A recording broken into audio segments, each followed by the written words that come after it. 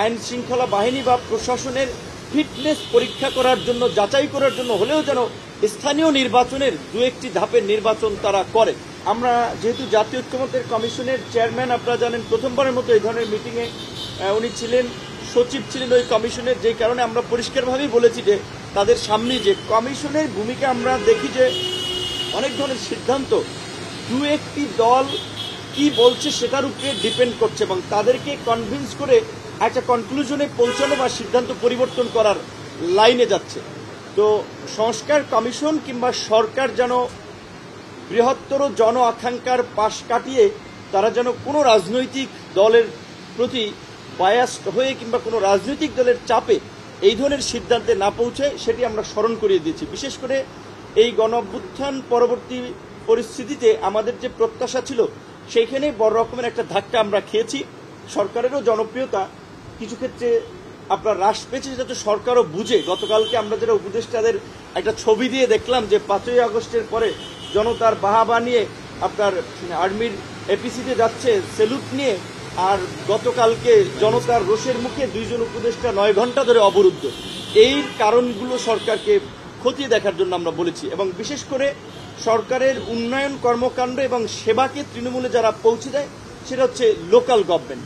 Local গভর্নমেন্টের জনপ্রতিনিধি না থাকায় একটা ব্যাপক বিশৃঙ্খলা হচ্ছে, প্রশাসন নিয়ন্ত্রণ করতে পারছে না এবং দলীয় সরকারের অধীনে অতীতে আমরা স্থানীয় নির্বাচনগুলোতে যে ভায়োলেন্স দেখেছি, ক্ষমতাসীন দলের প্রভাব দেখেছি, সেই জায়গা থেকে আমরা আবারও সরকারকে আহ্বান জানিয়েছি যে তারা অন্তত তাদের আইন শৃঙ্খলা বাহিনী বা প্রশাসনের ফিটনেস পরীক্ষা করার জন্য, যাচাই করার জন্য হলেও যেন স্থানীয় নির্বাচনের দু একটি ধাপের নির্বাচন তারা করে।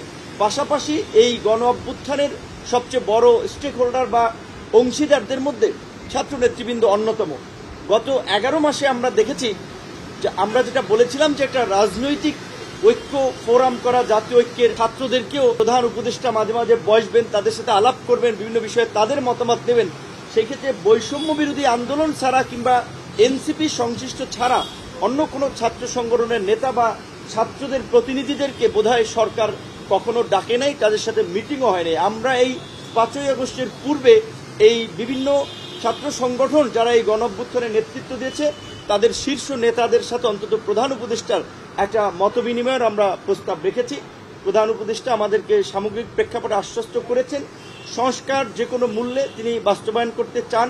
কাঙ্ক্ষিত বিচারের প্রতি আমাদের যে কনসার্ন সেই বিষয়ে তারা একটা অগ্রগতি দেখতে চান এবং যে কোনো মূল্যে এই জুলাইয়ের যে আমাদের একটা ঐক্য প্রতিষ্ঠিত হয়েছিল সেই ঐক্যটাকে ধরে রেখে এবং বিশেষ করে এই জুলাই মাসে যেন আমরা এই আমাদের ঐক্য চেতনার যেন একটা পুনর্জাগরণ ঘটাতে পারি, সেজন্য এই মাসব্যাপী উদযাপনের পাশাপাশি আগামীর বাংলাদেশ বিনির্মাণে যেন আমরা কাজ করতে পারি সেই বিষয়টির উপরে তিনি জোর দিয়েছেন, আমাদের সকলের সহযোগিতা চেয়েছেন এবং রাজনৈতিক দলগুলো ইনক্লুডিং আমরা বারবার বলেছি যে 2 একটি দল সরকারকে মিটিং করার প্রয়োজন হলে মতবিনিময়ের সুযোগ পায়, বাট অন্য যে গুরুত্বপূর্ণ স্টেক হোল্ডার তারা সুযোগ পাচ্ছে না। সেই ক্ষেত্রে এই বিষয়টি আমলে নিয়ে অন্তত প্রত্যেক মাসে যেন সরকার বিভিন্ন রাজনৈতিক দলগুলোর সাথে একটা ডায়ালগের মধ্যে দিয়ে পরিস্থিতি সম্পর্কে একটা করণীয় ঠিক করতে পারে, ধারণা নিতে পারে, এই প্রস্তাবটি আমরা রেখেছি এবং সেটাও তারা গুরুত্ব দিয়ে বিবেচনা করবেন পরবর্তী মাস থেকে এবং নিয়মিত একটা বসার এই বিষয়টি তিনি আশ্বস্ত করেছেন। আপনাদেরকে ধন্যবাদ।